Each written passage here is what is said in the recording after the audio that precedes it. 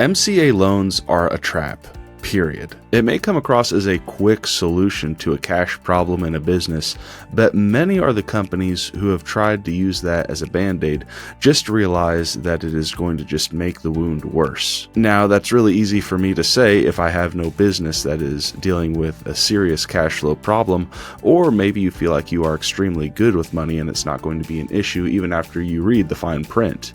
But today I had a conversation with Neil Goldstein, co-host of Corporate Bankruptcy A to Z. And in our conversation, he broke down what an MCA loan is, how it operates, and what better alternatives there are out there for someone who is really needing some help. If you have questions about MCA loans or don't really know what they are or if they're right for your business, I highly encourage you to watch this video first and ask your questions so that you can get the help that you need. If you're new to the channel, be sure that you subscribe and also subscribe to our podcast, linked down in the show notes below. And with that out of the way, here's Neil. Neil, welcome back to Corporate Bankruptcy A to Z. Isaac, great to be here. What are we talking about today? Today, we're talking about MCA loans. And I know with the previous podcast series that we did, it was an eye-opening conversation. And even since then, you've educated me on a few more things regarding this topic. So I wanted to start out by simply asking you to explain what an MCA loan is. Before we get into the good and the bad, just objectively, what is this loan? Well, let's begin with a loan is maybe the improper word because it is an advance of money like a loan, but the word loan isn't used for reasons we'll get into later. Sorry for the confusion, but it's a typical loan type. An entity lends money to another entity. The entity that gets the money has certain requirements that they have to pay back. How much money per week? What's the interest rate? Etc. But it's just a typical loan. But very, very different when it comes to the payback. Let's dive into that because the way you explained it to me, it almost reminds me of like a payday loan situation for an LLC or a corporate structure. Pretty much. That's a good example of how the loan works. The loan is called an advance, and it differs from a conventional loan, say like a mortgage or a loan to a business like a line of credit, in that the MCA, a merchant cash advance, takes collateral of future business, meaning there's no collateral like when a person goes to get a mortgage. They have to use the building they're buying or the home they're buying as collateral. For the MCA, there is no collateral that exists at the time of the loan. Their collateral is the business's ability to generate future revenue from which they will get paid. If that's not complicated to begin the process, I don't know what is. So let's say I'm running a business and I got a cash flow problem or there's an unexpected bill that comes up. At the surface of everything you've just described, it just sounds like another loan. But I know this is something you advocate against clients taking on. So would you make a case for us? What is the danger of pursuing an MCA loan? I think it could be best understood by using an example. A client that I'm working with now needed money. So they agreed with an MCA to take a $150,000 advance and pay back the advance over 24 weeks. Simple enough to start? Sure. Okay. First, they didn't get $150,000. There was a $3,500 fee, which netted the company $146,500. Here comes the bad part.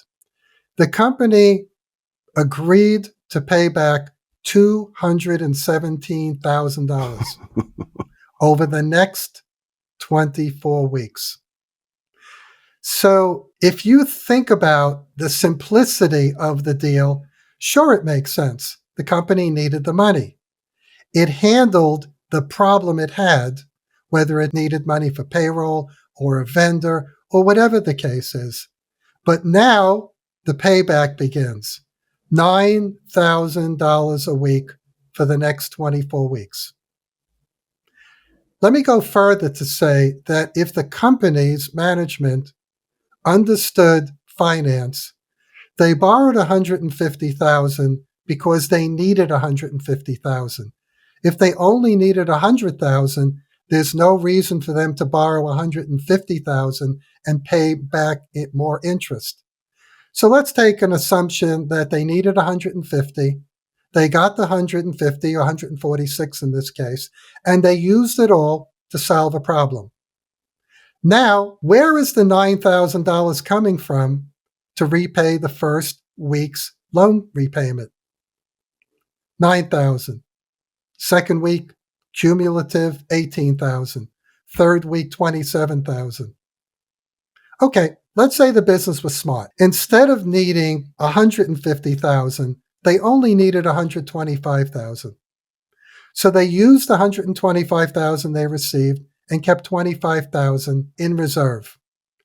The first week, they paid 9,000 from the 25 that they were reserving. 2 weeks later, with 2 more $9,000 payments, that's 27 cumulative. They're out of money. So sure, they resolved their first problem. All they did was create a secondary problem, which lasts 24 weeks and has severe consequences if it is not paid. I have a few questions there, but I want to back up just for a second because we're talking about a cash advance. I understand you made it clear that it's different than a loan. At what point does a company end up pursuing a cash advance when they have other avenues to get money? Would a loan make more sense here, or is this more of a last-ditch effort? In the cases I've worked on, the company wasn't prepared for some event. And in other cases, they chose not to be prepared by not having, say, a 13-week cash flow or doing due diligence on their cash availability. So in an example where a company expects to get paid from a customer, say $50,000 on a Monday, and payroll is due on Friday, if that customer doesn't pay the $50,000 that the company was counting on to use for payroll, then by Wednesday, they have a problem. By Thursday, they're already calling the customer in desperation. Where's my money? Friday, now they give out the payroll checks. Most of the time, it's a direct deposit. In many cases, they have till Monday or Tuesday to pay the payroll company to cover the payroll checks.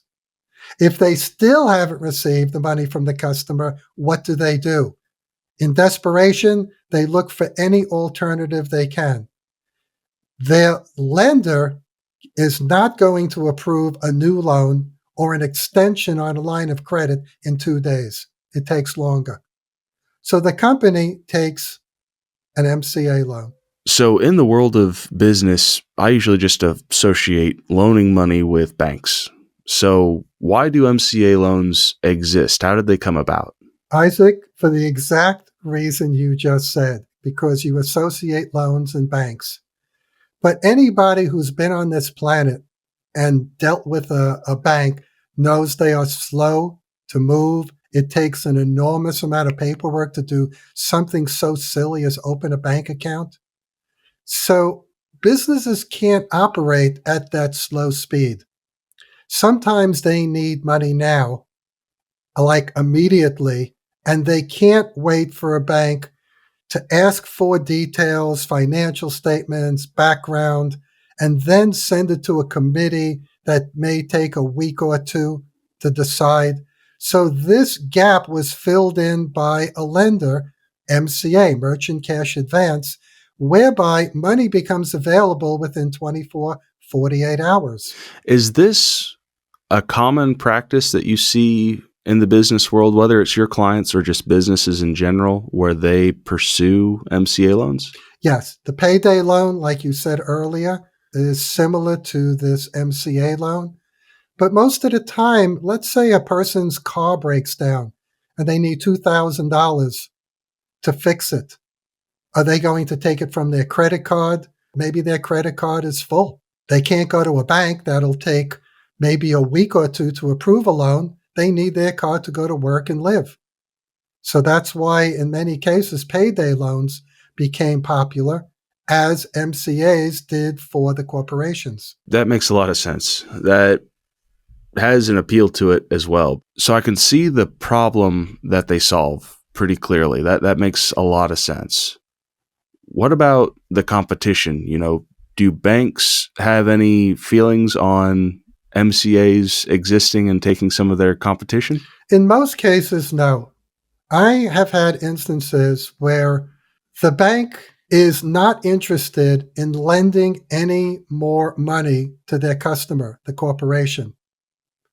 And I would ask the banker, do you know that the entity, the corporation, just took a loan from an MCA at 90 plus percent? And the banker, without being specific, said, well, we don't want to loan any more money to the company for the obvious reason that they are in trouble. And if they're in trouble, why would I want to lend more money to them? So if somebody else is willing to do it, great, but not me. I want to circle around to that because if it's not an ideal client for one company, there could be a reason why it's an ideal client for another company. If they're having trouble making ends meet, it seems like a red flag. So why does an MCA company think it's okay to then loan that money out when a bank won't? Well, that's a simple answer. The MCA companies are geniuses. Let's give them all the credit in the world. They have formulated a methodology that gives them all of the advantages over a bank. A bank doesn't take weekly remittances from a company.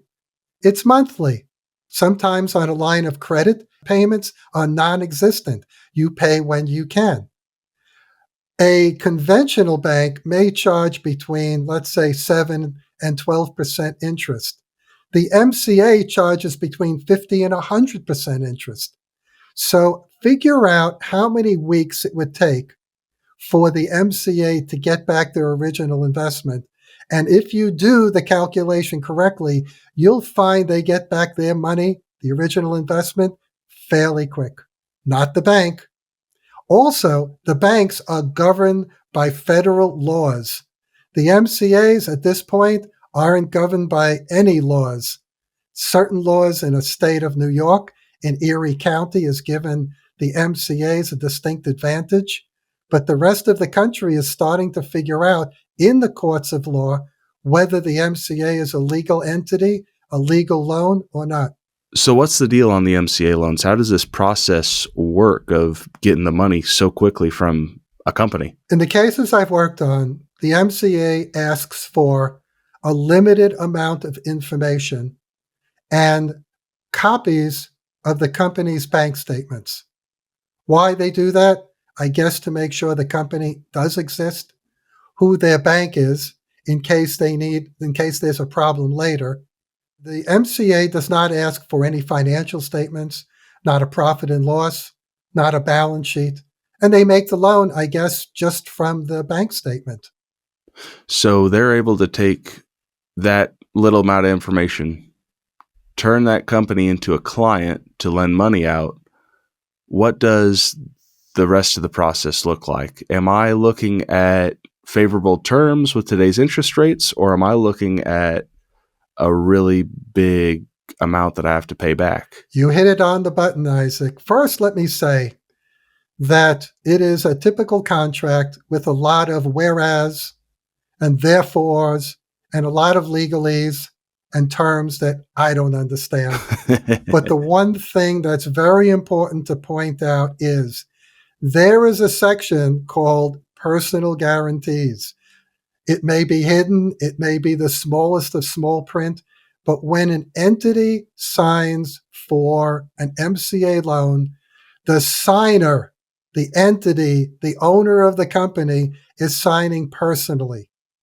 So if that loan is not paid back, the owner is personally responsible. And these are many of the situations that clients come to me for help. But let me get into the deal. One client now needed money. So they went to an MCA for an advance and asked for $150,000. The MCA approved it within 24 hours and remitted $146,500, deducting $3,500 for the closing fee. All well and good. The company got the money. No problem so far. But the terms of the agreement required the company to pay back $217,500 over 24 weeks, paying $9,062.52 each week. So, if you think about this in a summary form, the company received $146,500 and was required to pay back $217,500. The difference, the additional amount to be paid back, was $67,500. If this were a 1-year loan, not 24 weeks, the interest rate would be 46%. Do the math. Because it's 24 weeks, the interest is doubled, more than doubled. The interest is 96%. How's that for a mic drop? That's too much. Okay, so what does this mean to the company? It needed the money. It got the money. It solved its problem, whether it be payroll or some extraordinary event, some catastrophe. And it takes a breath and says, okay, I got through it. Now what? Now the company is paying back $9,000 a week. 9, 2 weeks, 18, 3 weeks, 27. Just keep adding up the cumulative. And the company has to ask itself, can I afford to make these $9,000 payments?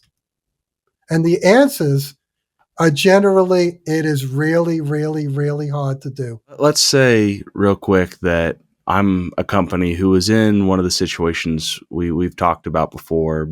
Cash flow, payrolls coming up, unexpected expense. But I'm confident in my ability to make money. Have you ever seen MCA loans actually work out for someone? Isaac, to be honest, I have not seen an MCA loan work out for any company. Some companies defaulted after 3 weeks. Some companies defaulted after 10 or 12 weeks, but not one that I've worked with has made it to term. But to be fair, this is my practice. I help companies in trouble. I help companies in situations where they needed the MCA loan. They received the money, solved their problem, and now they're having cash flow problems in repaying the MCA loan. So that interest rate is absorbent. The fact that companies can't cope with the terms of the cash advance seems ridiculous. How is this legal? What a great question. And I have worked and asked many lawyers, somewhere around 7 to 10 lawyers, if they think this type of arrangement is legal. And the legality of it is sometimes based on the state where the loan was made. Because in certain states, when the company went to court and fought the legality, they won. In other states, they lost. So I think at this point, there is no clear determination if this is legal or not. If you ask about the differences between states, that term is jurisdiction. What is considered lawful in one state is not lawful in another. There are consumer protection laws, but again, it's based on jurisdiction. Usury laws differ from state to state. So again, we're talking about where the loan was made and what the remedies are for a company should they not be able to pay. Could they go to court and win? Yes. But remember, MCAs have money to pay lawyers. Companies often do not. So it comes down to finances. Does the company have money to fight this in court? Do they know how to fight this in court? What would the remedy be? I took the loan and I can't pay it? That's not an excuse. There are others that companies can use, but we can discuss that later in this video. So let's say I'm in a state where they can get away with this. I've signed up for the cash advance. I'm on week 3. I'm that client that you described where I have to default. I'm just not going to make it. What happens next? So let's begin with the payment process. I think, as we discussed before, the process for getting a loan begins with the company supplying a bank statement to the MCA. And payments are made via ACH, where every week the MCA ACHs the money from the company's bank account. So in my experiences, the first part of the problem begins when there's insufficient money in the company's bank account and the payment bounces. So the MCA, nicely, because they're very respectful, they call, email, and ask the company to make up the payment. The company, in most cases, gets their act together and makes the payment because they don't want to be sued by the MCA. And parenthetically, it takes cash away from the normal operations of a company, causing other problems, but we'll stay on the MCA problem for now. If the company cannot continue to make that, let's say in the case, the example we gave, it was $9,062 a week. So the MCA, again being nice, says, okay, for the next few weeks, we want $5,000. The company can go along with it because it's less than the $9,000 and they continue to make payments. If they can't make those $5,000 payments, then the problems start. The MCA says, hey, we need our money. And if you can't make payments, then we're going to have to get to the next part, where we're going to have to start litigation. If the company could not make the payments continually, they will sue the company. They will try and get a judgment. The judgment leads to a levy by which the MCA can then take the money out of the company's bank account. And also, if it gets to the next step, they will sue personally the owner of the company. So there are 2 parts to the litigation: against the company and the personal guarantee against the owner.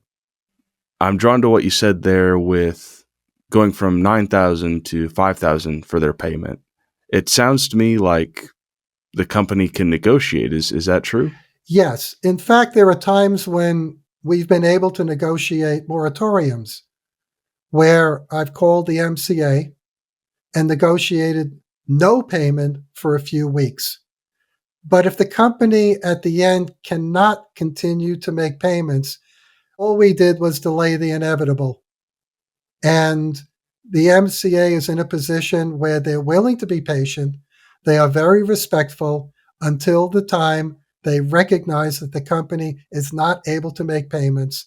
Then the onslaught of litigation begins. So what can you do? Let's say I'm at the very tail end of all that. I've gone through everything. It's coming at me, letters from lawyers, etc. What can I do? Isaac, the question cannot be answered easily because of the jurisdiction issues that we spoke about earlier. Each jurisdiction has different laws, and resolution to many of the cases I've worked on has been different. So in some cases, the client sued the MCA hoping to get a resolution from the court that said the interest rate was usurious, and we're waiting for a result now from the court to see if they agree.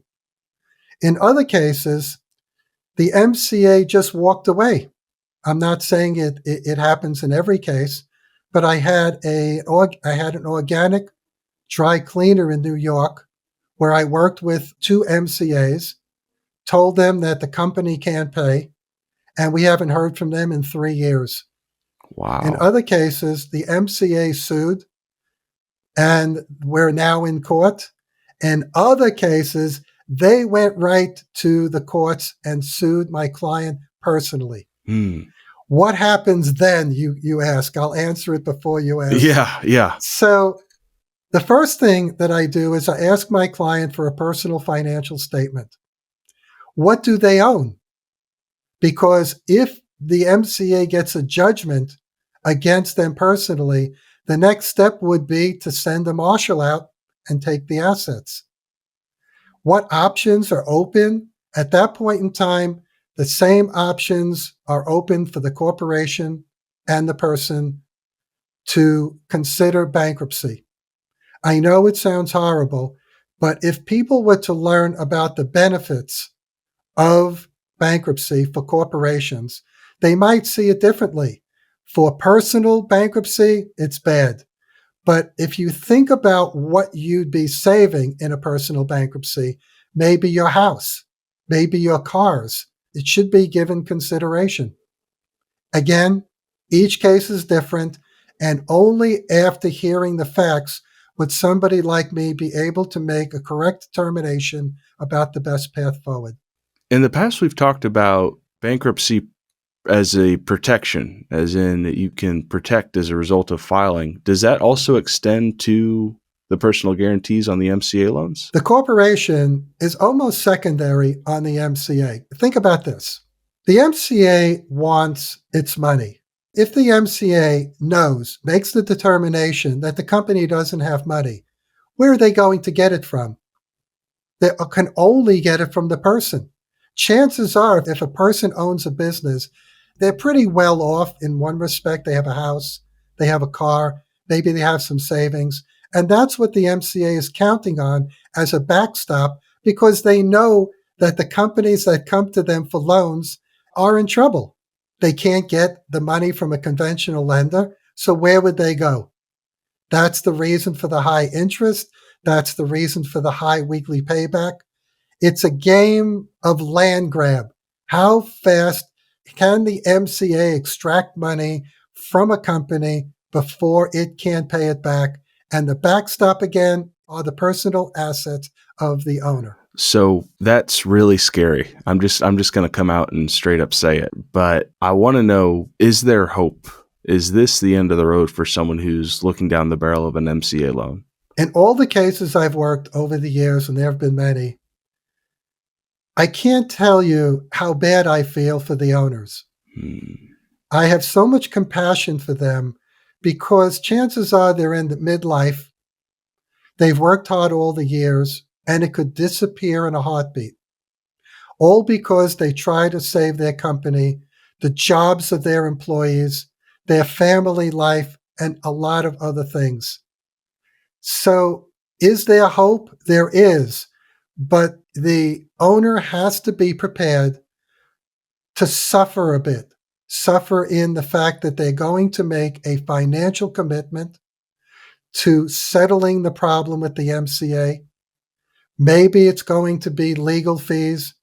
Maybe it's going to be a financial settlement with the MCA, some agreement that allows them to keep many of their assets, but they have to be ready for a fight.